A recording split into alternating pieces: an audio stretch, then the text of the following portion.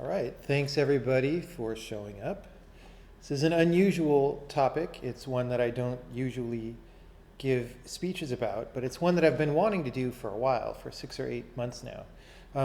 The history of this, if you go way back, is that ever since I got serious about game development, I've been interested in my own psychology and managing my own psychology, because I knew that my own psychology had been a barrier to me getting things done previously. I don't want to rat hole too much about that, but around the time that I started working on a game called Braid, which ended up being a relatively long project, 3.5 years long. That seemed long at the time. Since then, of course, I've done things that are substantially longer. I knew that I'd wanted to break with my prior history of, starting projects and then some months in losing the motivation, or, getting into states where intellectually I knew that I really wanted to do this thing because it would be cool, but like somehow just feeling down about it and feeling, bummed and just not being able to dig myself back into a place where I could work effectively on these things. And so I became interested in that, in monitoring my own psychology and just watching it. And over the past 12 or 13 years now, I've encountered a number of different ideas about how to do that, or what's important, or how do you keep yourself driven and motivated. And as with anything, I think most of those ideas are pretty bad or unhelpful. What I'm going to share today are the ideas that have helped me the most and that I think are the most worthwhile to communicate to other people.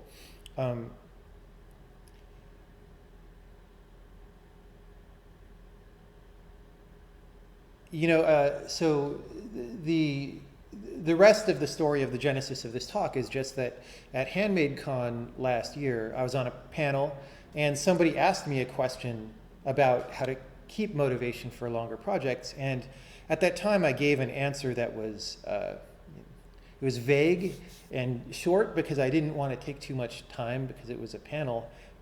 But I really felt that answer was true and helpful, but actually too vague to be actionable because there was no way people would know what to do. So my goal this time is to just get enough information out there in enough detail that you could try these techniques on your own after the video and see if they work for you.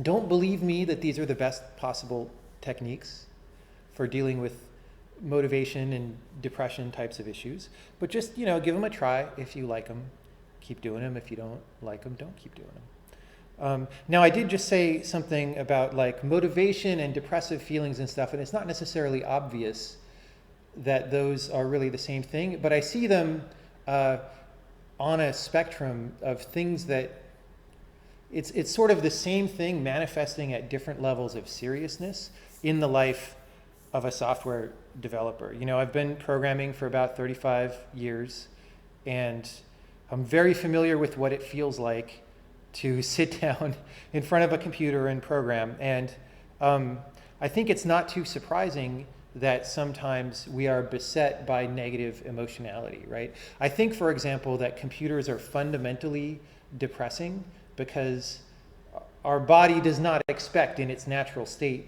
to be motionless, first of all, and focusing on a thing that is artificially, flashing and changing in a way that generates potentially a lot of tension. So we shouldn't be too surprised, let's say, if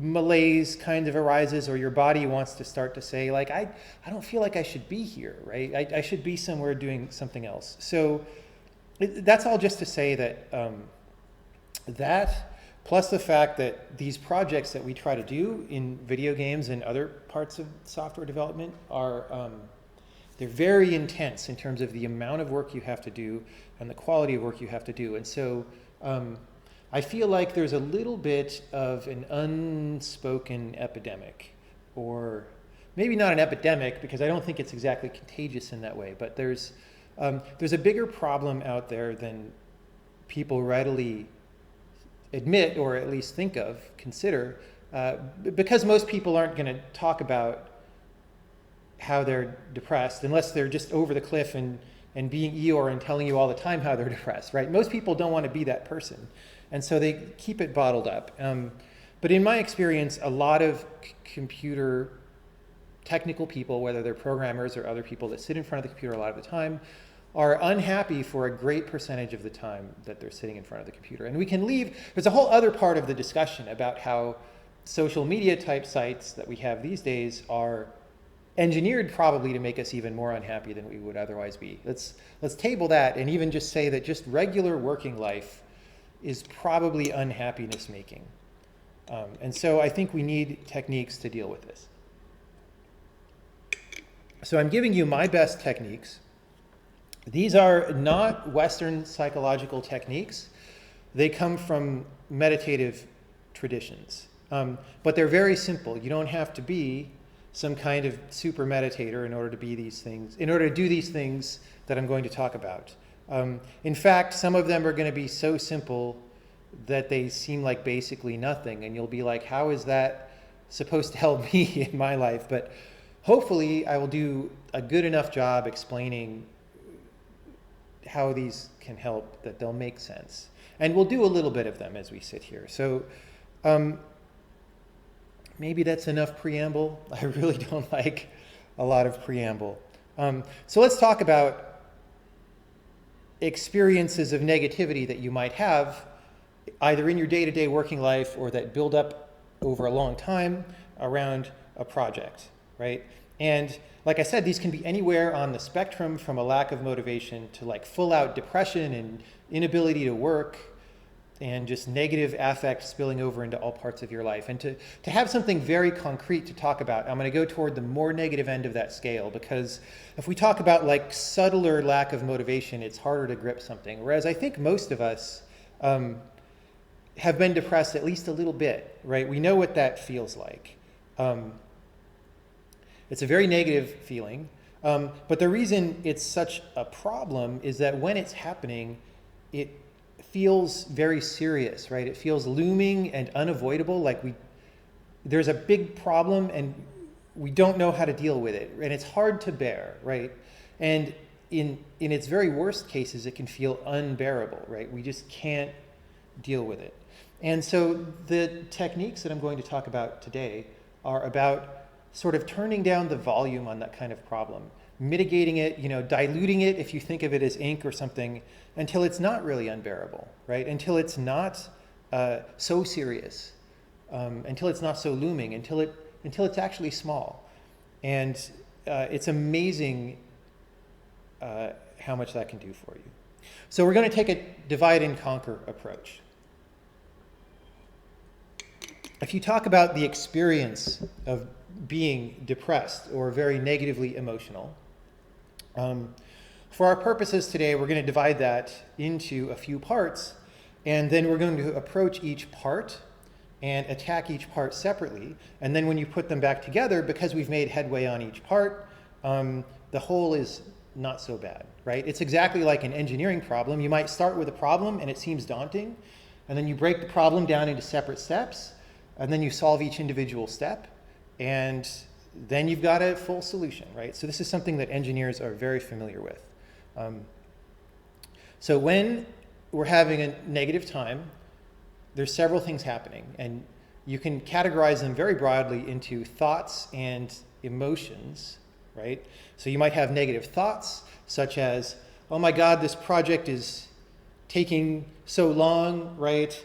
I'm just tired, I can't do it anymore, or I'm going to be bankrupt and it'll fail and I won't finish it and nobody will respect me, right?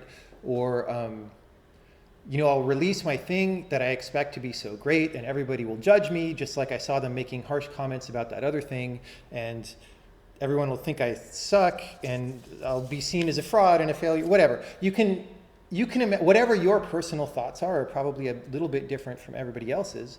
But you can imagine what they are. My personal thoughts actually are not usually They're not really those ones that I said. They're different ones. But everybody has different thoughts.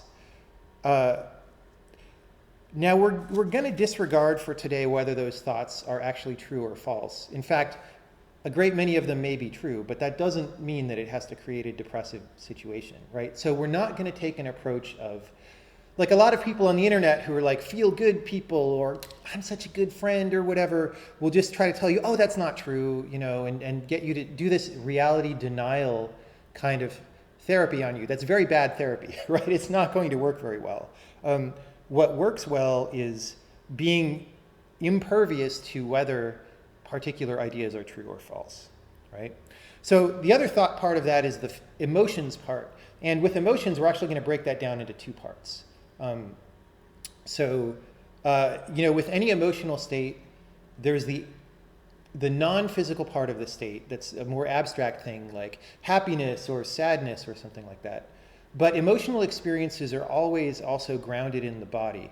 So for any type of emotional experience you can think of, there's a physical part and a non-physical part. So if I'm nervous, I'm going into a job interview, I might have a vibrating chest or tight muscle sensations or something. And then I also have some kind of, the color of the light in the room of my mind is in some kind of flinchy way, like I'm a little bit, it's not exactly fear, but it's the precursor to fear, if I'm angry at somebody, there might be this predisposition toward attacking them, right? It's hard to explain these abstract parts of them. I can just say anger, right? There's the anger part, but there's also then, physical corollaries of anger, like I'm flushed, I might be kind of tensing my arms if I'm thinking about taking a hostile stance or something like that, right? So there's these two parts of every emotional experience, and we're going to treat each of those parts separately and investigate them separately.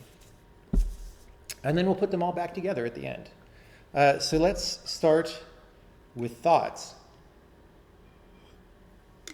And the number one thing to realize that will help you the most when having thoughts is to realize ultimately that there's a limit to how important your thoughts actually can be because you're not your thoughts. If I say you are not your thoughts, either you could be very confused by what that means or it could seem very obvious, right? Like I'm a human being. What do you mean I'm not my thoughts? But in the West, we have this really strong identification. We think of our personality as being composed of our thoughts, right? Like I am this guy who thinks certain things and makes certain decisions, right?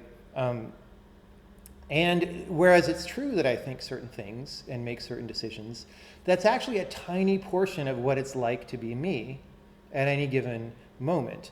And so what helps with thoughts is that at times like this, when you're in a safe environment, nothing's too emotionally pressing on you or something, you just take a look at what thoughts are really like, because you know that later, if you're in a trying time, if you're in a very emotionally negative time, you can feel trapped in thoughts, right? You can be having this chain of negative thoughts that's helping make you depressed, and the thoughts just seem very important and hard to get away from. And what you do is before that, you build a certain habit of standing apart from your thoughts and seeing them and getting some distance on them, right? So we can just do a really simple exercise like that. So you can just be sitting around wherever you are, or standing or whatever, laying down, whatever you're doing. With your eyes open, you just look around. So I'm looking around the room and I'm seeing the room around me. I'm very aware that I have this full audio-visual experience, right? I'm feeling things. I'm feeling the chair that I'm sitting in. I'm hearing the fireplace and myself talking, and you're probably hearing me right now. So while all this stuff is going on, without turning your attention away fully from these things that you see, just have some simple thoughts in your head, sentence style thoughts like, I wonder what I'm going to have for dinner tonight, or something that's emotionally charged. Some people might be very upset about dinner right now. So pick something that for you is just completely emotionally uncharged, just a thought that you could observe. I probably should get a better pillow or something. I'm looking over in my bedroom. So think that thought and observe it going by while you're having this full range of human experience, right? I'm just going to do that for a few seconds, so I invite you to do that as well.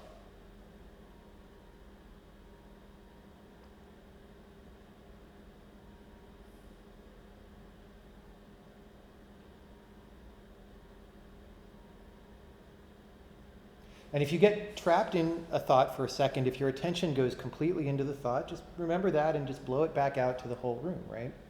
And so you observe your thoughts going by in a case like that, and two things happen. One is that you see that your thoughts are actually a small portion of your experience, right? You can't be your thoughts because you were here in a room, or I'll just speak in because I know where I am. I was here in this room and I was seeing this nice view, and then I started thinking something about the PlayStation over there. And I saw that thought come and I saw it happen, and then I saw the thought go, but all this other stuff was still there. I mean, my view is changing slightly as I move my head, and the fire is changing slightly, but for the most part, most of my experience was not comprised by that thought. And that's very simple, right? Like nobody's really going to be confused by this. But it's amazing when you're in a high pressure situation how bad these thoughts can be, because we have a way of being captured by thoughts and pulled by them. And so the first thing that happens is that you see, thoughts are actually really very small, right? The second thing that you do is you get practice at observing your own thoughts from a little bit of a distant viewpoint. Right? You see your thoughts happening, and you get in the habit of seeing your thoughts happening. And then when you're in a more heightened emotional state, you have a better chance of sooner than you would have otherwise being able to step back from the thoughts that are happening and not be so enraptured by them. So now there's a few other things you can do. You can conjure up whatever other neutral thoughts you were thinking of, and just prod them a little bit. Like, just observe the beginning of the thought and the end of the thought, and how long does it take for that thought to go by, right? And how heavy is a thought? This might seem like a nonsensical question, but try to see how much your next thought weighs. Can you hold it, right?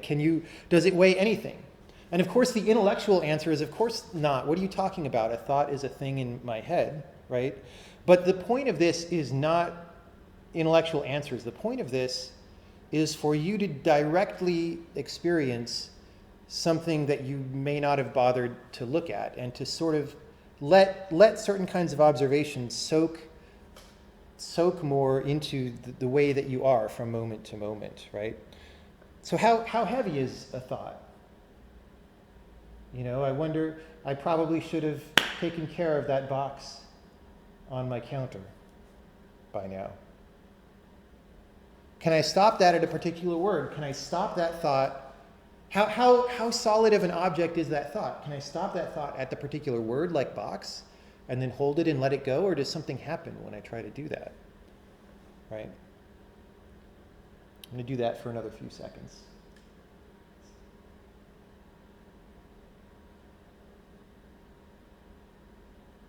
What happens when you try to stop a thought in the middle? Okay, so that's about all we're going to say for thoughts now. We'll come back to them, because once we do a couple of other things, they'll become important again.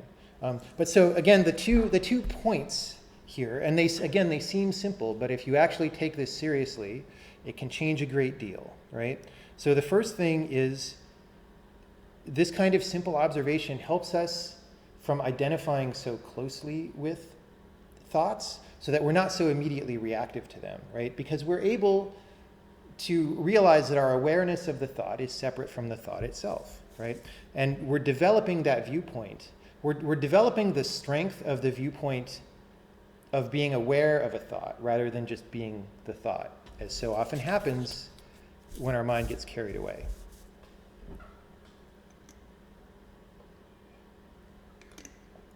So, the next thing we're going to talk about is that bodily sensation part of emotionality, right? As I said, emotions have a physical part to them, and you'll be if there are any emotions that you experience frequently, you'll be very familiar with what that physical part feels like. And there's a technique that is very, very useful for feeling in to those physical parts of adverse experiences, right, which will help you with those adverse experiences. But fortunately, we're able to practice these kinds of techniques on totally neutral sensations, right? So what we're going to do right now is a simple physical sensation exercise. So I'm sitting in a chair, and I'm going to put my attention on the feeling of my butt meeting the chair, right? There's some amount of pressure there where my body is being supported by the chair. If you're laying down or standing, you can pick some analogous situation. Standing is a little bit harder, right? Because it's a higher pressure, there's more pressure on your feet. But pick anything like that. And I recommend closing your eyes and you just look at that sensation. What does it feel like? And you sink your attention into it.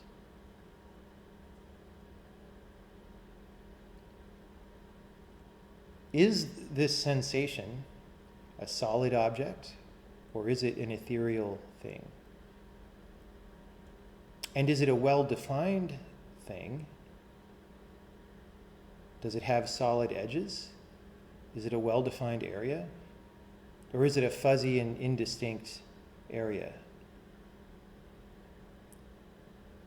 If you were going to draw a picture of it on a piece of paper, what would you draw? Would you draw a solid outline with a constant shade on the inside? Because that's what my mind tells me, right?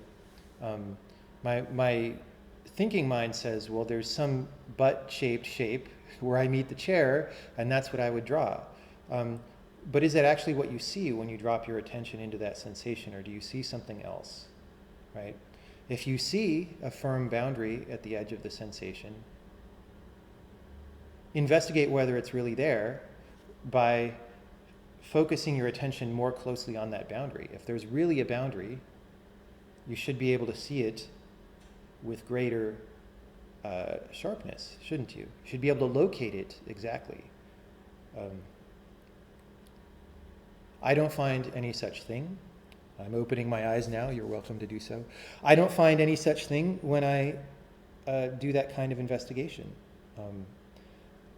What I find is a very vague, spread out feeling. If I were to draw it on a piece of paper, it would be very wispy and maybe with some specks that appear and disappear and show up in different places. But as soon as I draw back my attention to start speaking to you again, what I find is that when I'm no longer directly looking at it, my mind again has this sensation that there's a solid meeting of my butt with the chair, right? So my idea of what it feels like to sit down seems to change based on how I direct my attention. And this is pretty important if you follow it everywhere that it goes.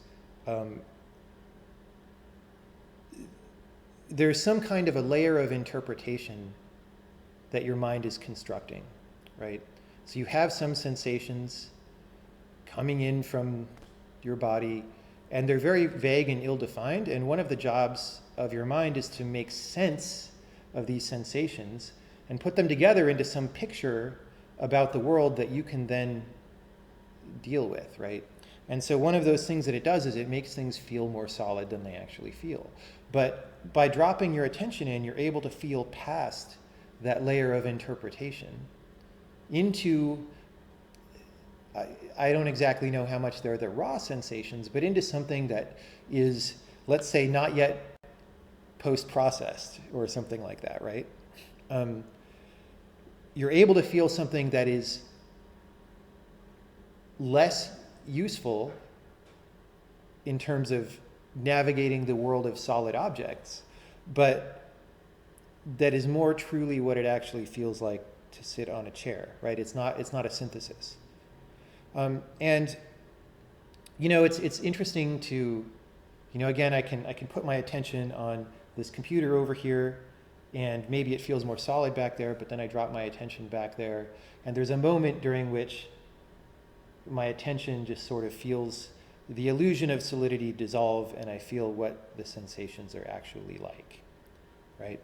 And there's a game that I like to play that's more like the faster version of this, which is I can take something like my hand and just put it on a table like now, and anytime I move and make an initial contact with something, usually my body or my mind starts interpreting that pressure as an onset of a solid sensation, but by focusing my attention on it, I can very quickly dissolve my experience of that sensation into something very wispy and unsolid.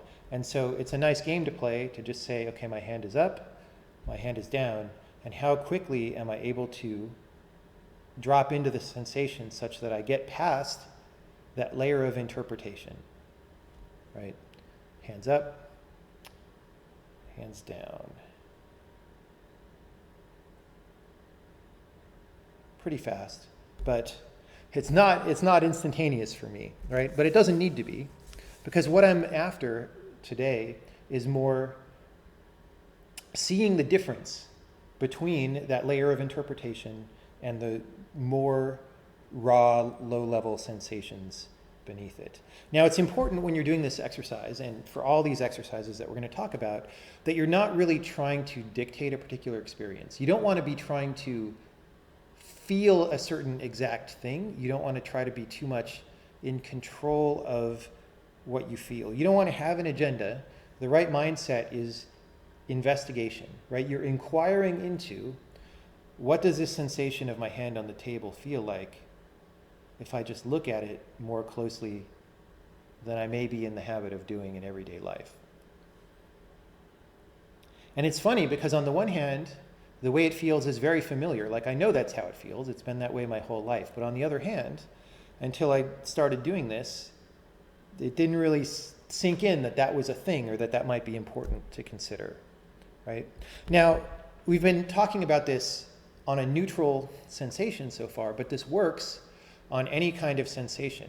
It works on sensations of discomfort or sensations of pain. By dropping into the sensation, you can dive past the layer of interpretation and get to what you are basically feeling physically.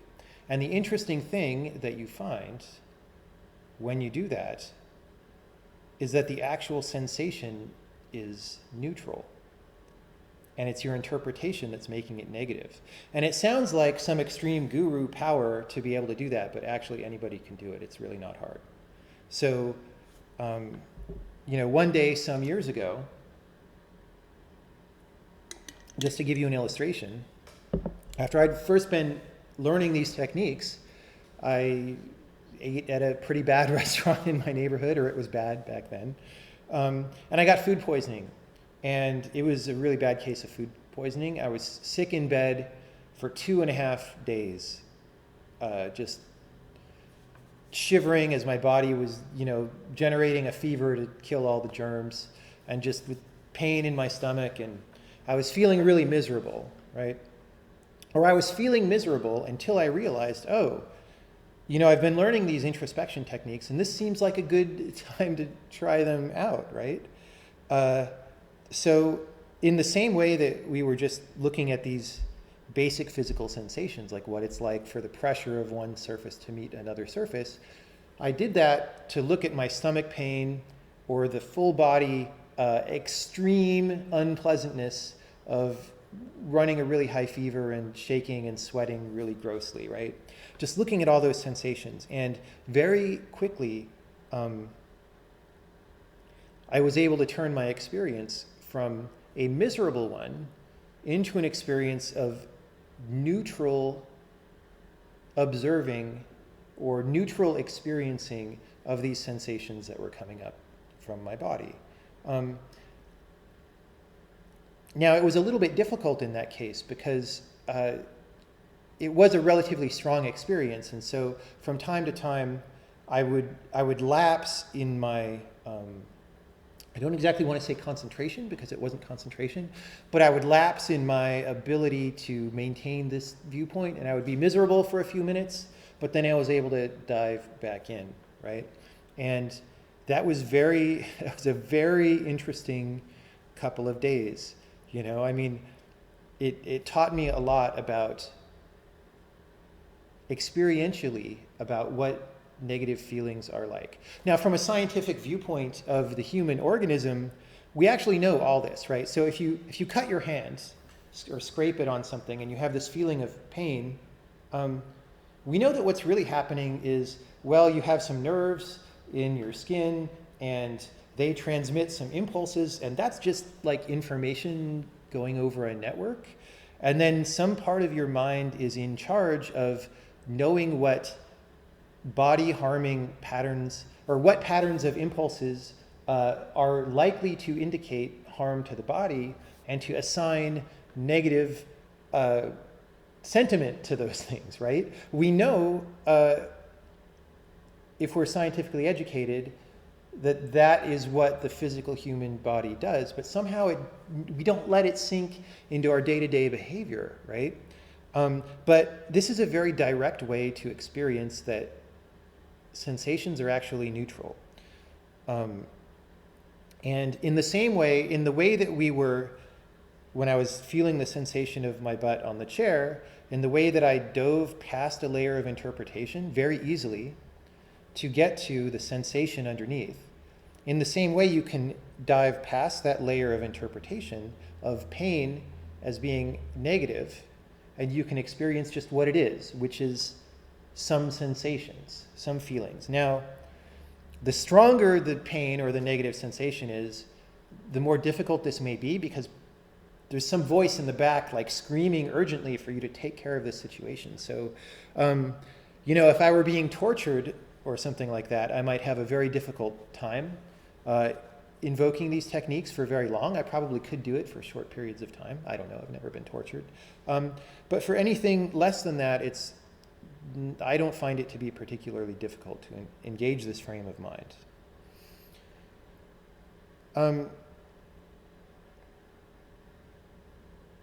So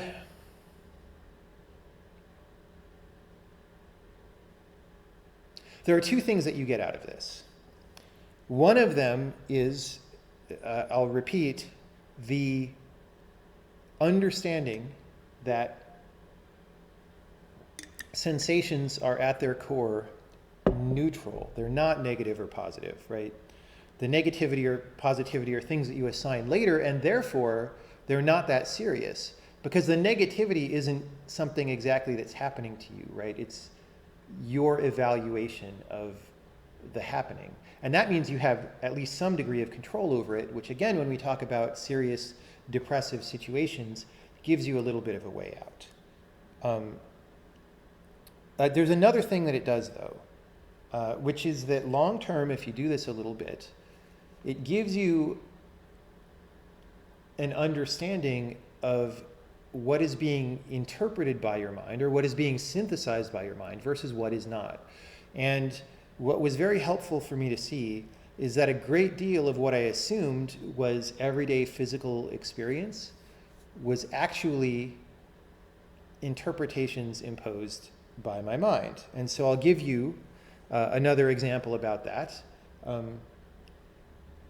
I had come home again some years ago from a retreat where I was practicing this kind of technique.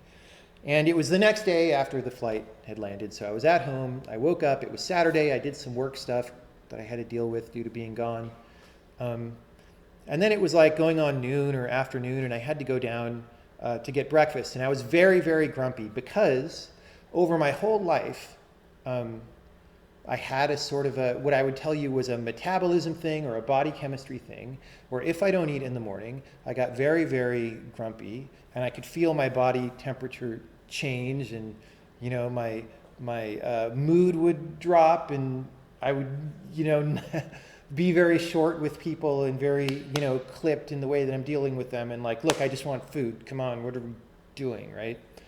And of course, I had a whole story about that based ostensibly in the scientific understanding of things, like, oh, people have body chemistry, and like my metabolism was high, and blah blah blah, and a lot of hand wavy, something is happening, and therefore this is a physical thing. But I had no real proof or evidence of that. And in fact, the fact that I was getting kind of chubby at that point compared to how I'd been previously should have given me a clue that my metabolism wasn't necessarily as high as I thought it was anymore, or that I didn't need food as urgently as I thought it did. But people are very obstinate sometimes.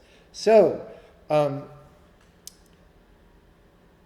I was grumpy, and I got in my car, and I was driving down the hill, or I was about to drive down the hill, and I was like, oh man, I wish I could walk down the hill, but the hill is very steep. I just want to go to restaurants that are like 5 blocks away and get breakfast, but if I do that walking, then I have to walk back up the hill to get home, and that's super steep. Like, it's a ridiculous San Francisco hill, and bad for my stomach. I'll have an unpleasant experience, so I have to drive. But oh man, it's Saturday, which means the farmer's market is there, which means all the parking is going to be terrible. So I'm going to have to drive around for 15 minutes and find parking, and it's going to be like 8 blocks away, and I'm going to have to go on a long walk when I'm hungry, and I just want food. And it was like this spiral of negativity out of like a really simple starting point. But as I was driving down this first hill, fortunately there was no oncoming traffic to think about. It was a very small residential street. I said, oh, I've been using these introspective techniques, or learning them, and I'm having a very negative time right now. So why don't I just look at what's happening, really, or internally, right? What am I actually feeling, and why am I feeling it? So I looked at these sensations, these full body unpleasant sensations that were associated with, oh, I'm so hungry, and that were helping generate this negative state, right? So it was my body temperature dropping low, and it's hard to describe physical sensations that are internal to you that you don't often attempt to describe, but it was like my whole body marshaled around some situation. But for some reason, as I was just driving down that hill, and I just dropped my attention in to look at what was going on, in 1 or 2 seconds, it was so simple. I just saw straight through all these layers of things that I thought were there, that were a physical situation. And I saw that they in fact weren't really a physical situation that was hard to deal with. And I was able to see the actual sensation of hunger being generated by my stomach in that time. And it was so comically small. It was like the tiniest little pinprick of, oh, I'm hungry, a little bit, and it was ridiculous that I was making such a big deal out of it. And this was obvious, right? It was obvious that this whole other giant cloud of things that were happening were all being generated in response to this tiny pinprick, right? They were, in the way that we've talked about the mind synthesizing an interpretation of my butt on the chair, it's also kind of an amplification of those sensations. And this was like an amplification of this tiny feeling. It became this full body emergency, right? But it was all made up, and it was all unnecessary, actually. And ever since that 1 to 2 second tiny observation, I've never had this problem again when I get up in the morning, or not completely. I have it about 5 to 8% of what I used to. And when I have a little bit of this happening again, I just look at it and I'm like, oh yeah, it's fine. It's totally, I'm not grumpy anymore. I don't, get into arguments with people for no reason and all that.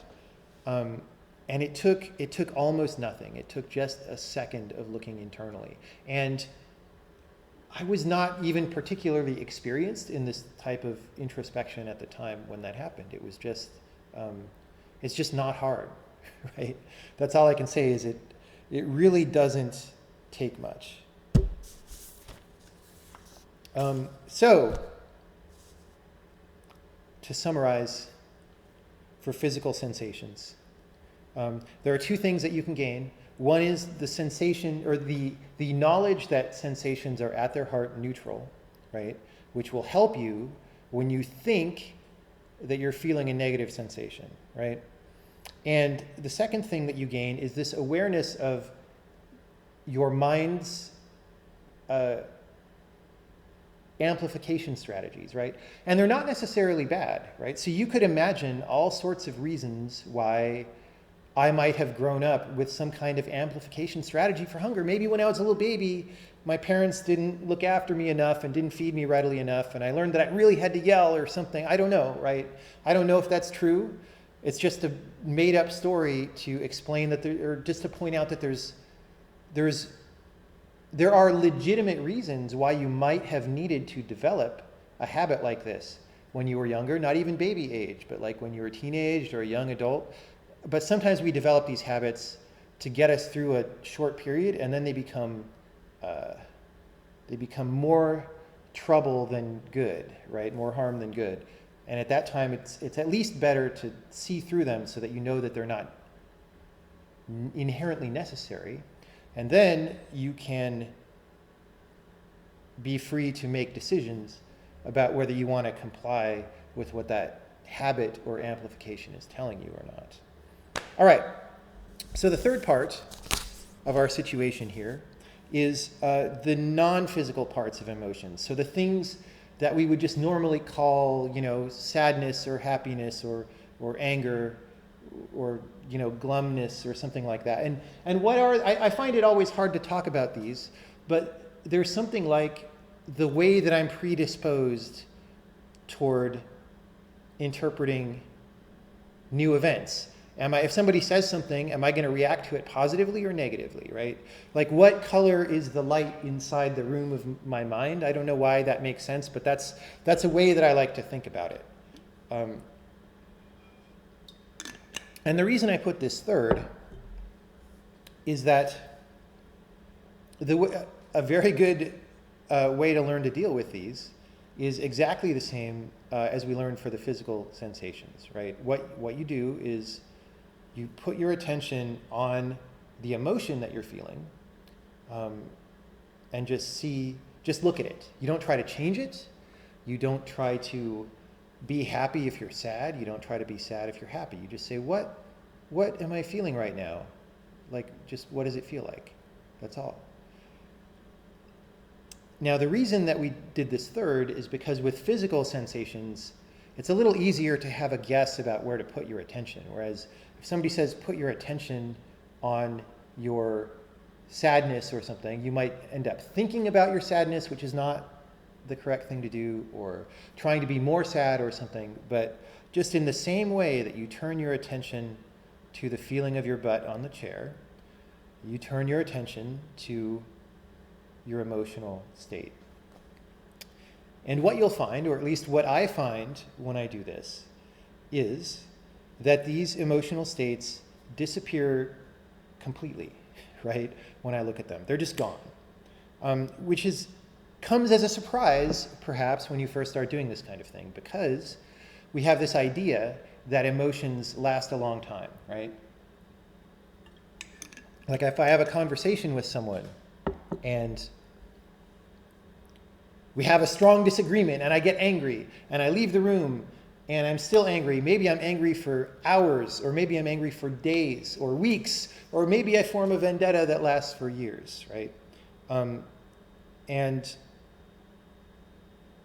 Well, that certainly can happen, but it's not because emotions last a long time. Emotions by themselves, as you see very clearly when you turn your attention toward an emotional state like that, emotions by themselves don't last very long at all. They're like a fire or something like that, where without constant fuel, they'll just burn themselves out very quickly. And actually, in the case where you're turning your attention toward investigating the emotional state, you're actually turning your attention away from fueling the emotional state, and so it goes out even faster. And that's It's just very interesting. It's an amazing thing to observe. So if emotions require fuel to go, what is that fuel? Well, it's something like a thought that prods further emotion or a bodily sensation. And we'll come back and talk about those again in a second. And so this one is harder to practice in a more neutral setting like this because you may not be in any kind of heightened emotional state. You're probably not, right? You may be in a relatively low-key emotional state, but I would recommend just taking a second and trying that out. So what do you feel like now? How do you feel? Just take a look. You can close your eyes and just view your emotional state just like you were viewing the sensation of your body meeting the chair.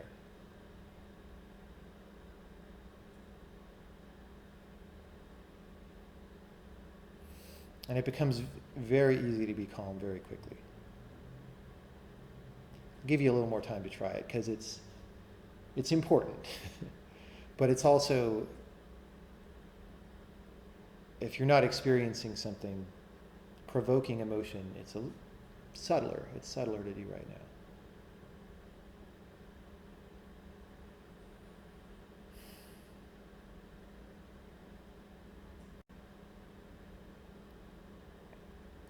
Now, the experience of seeing an emotion subside under awareness like that, you become aware of it and it goes away to the extent you become aware of it. It's like you're shining a flashlight, right?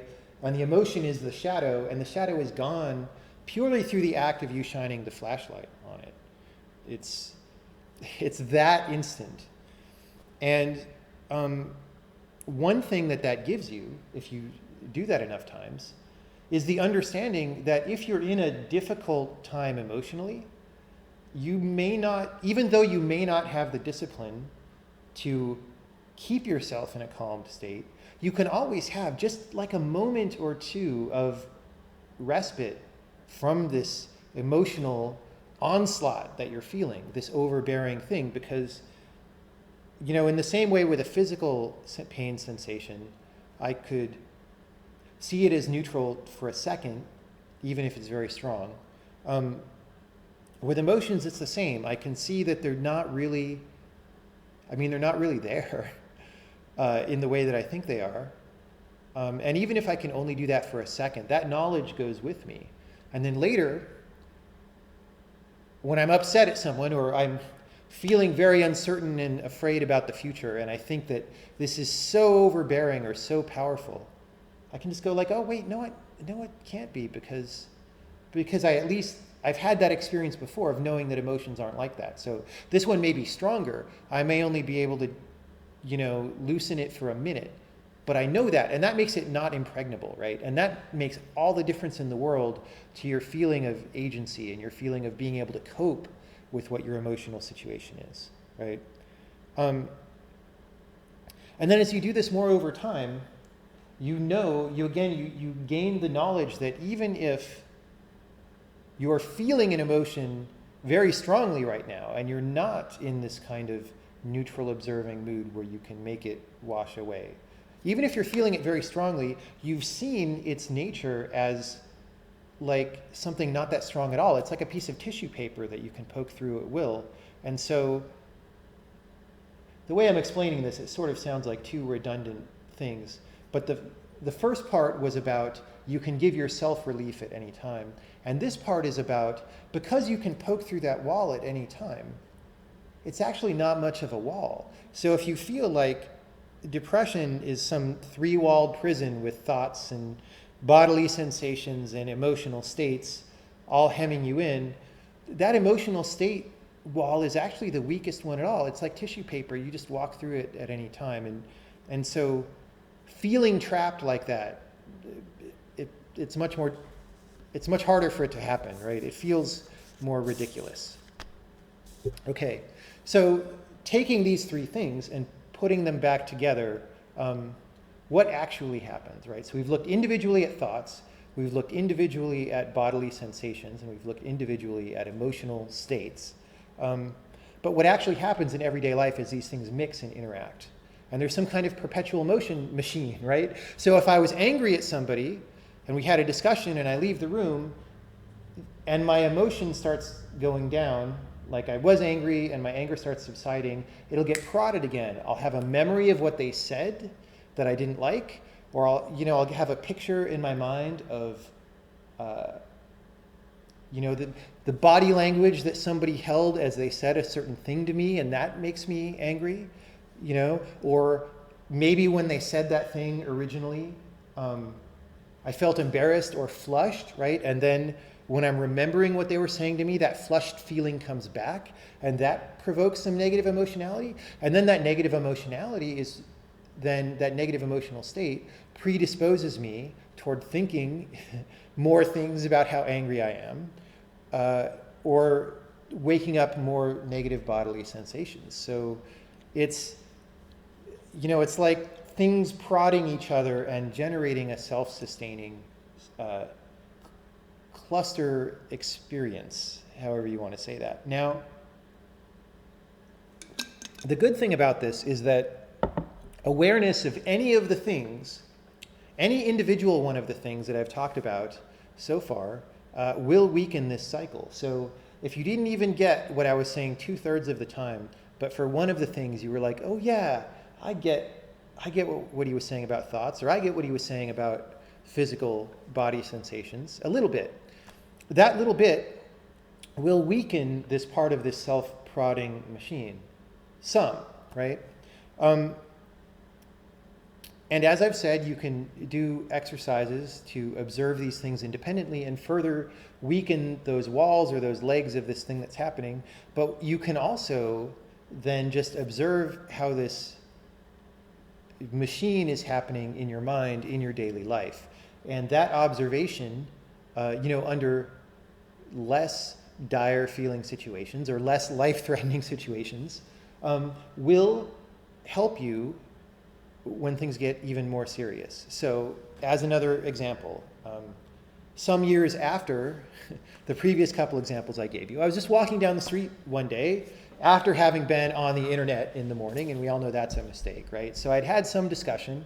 I don't remember at all what the discussion was, which shows you how important it was in the grand scheme of things, not at all. But I'd been very angry from this discussion, or at least somewhat angry, right? And angry enough that I was mulling it over in my head while I was just walking down the street.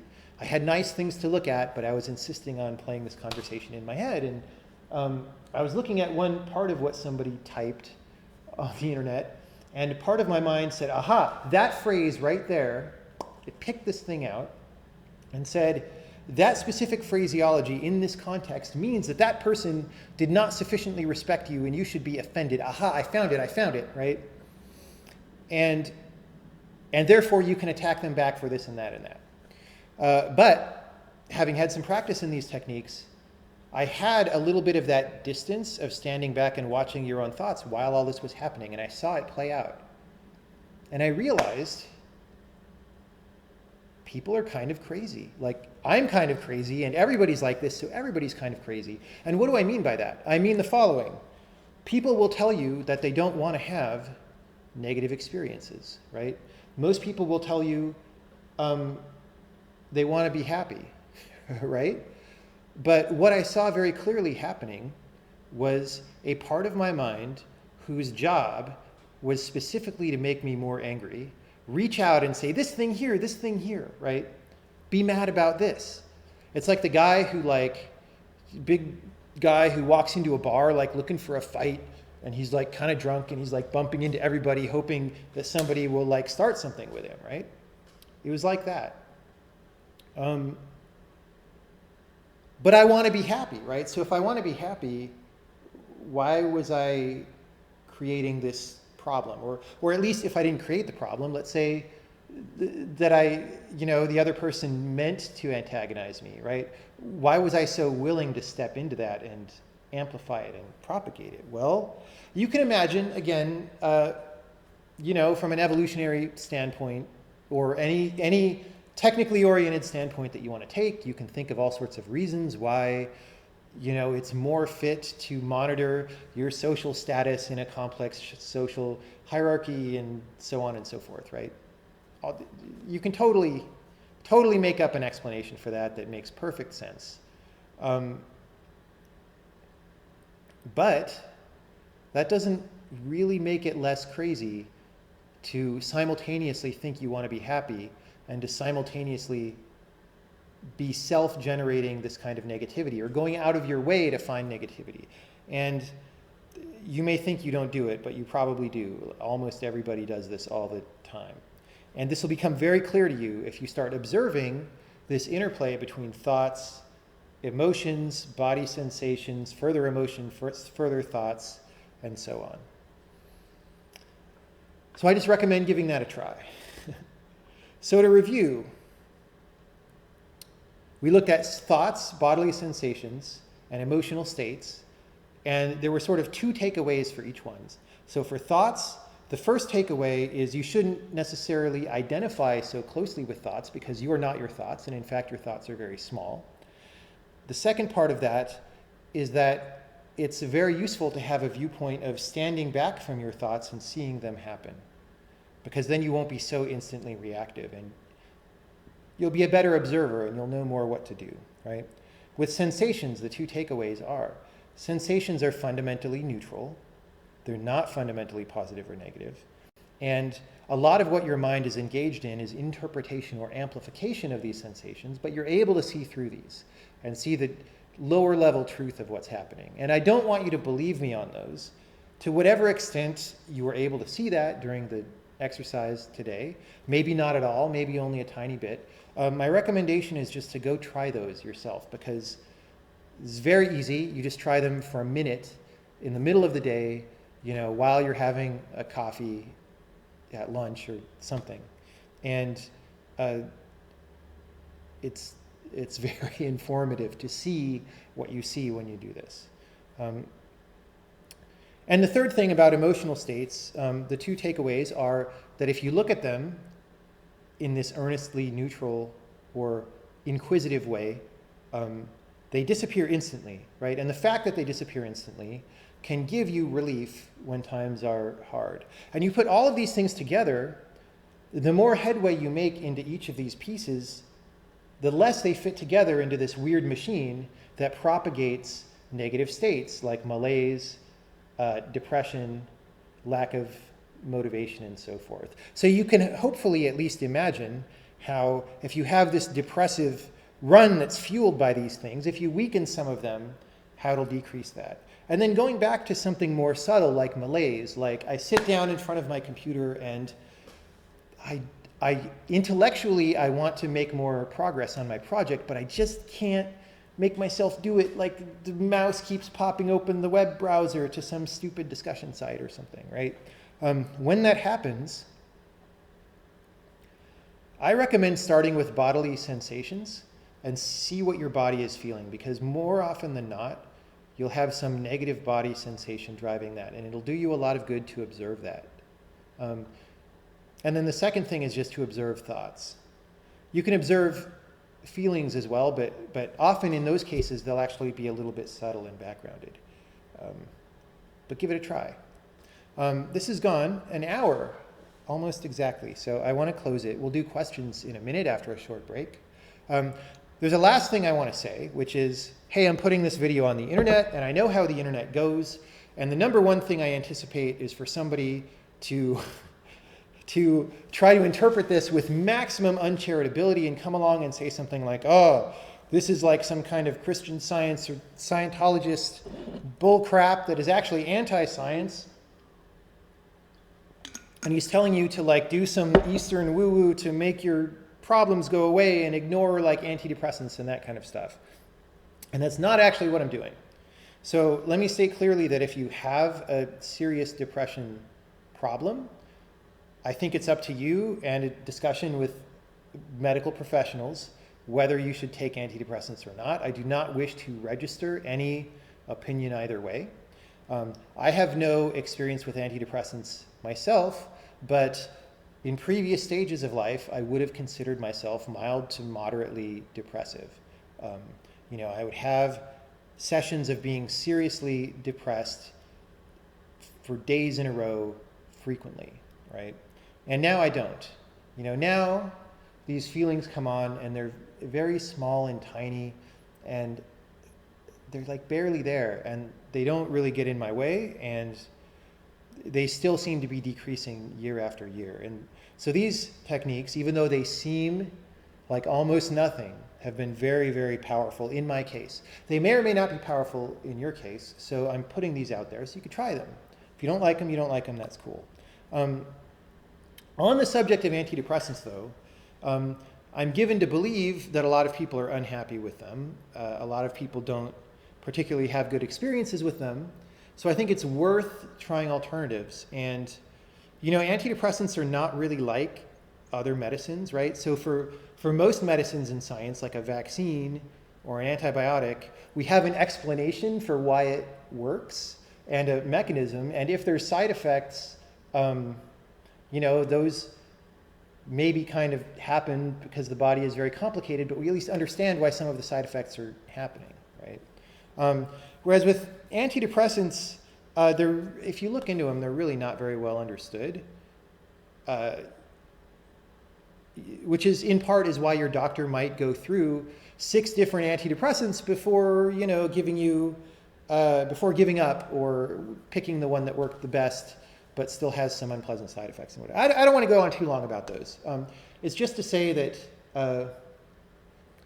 I think that you don't have to be anti-science to not want to use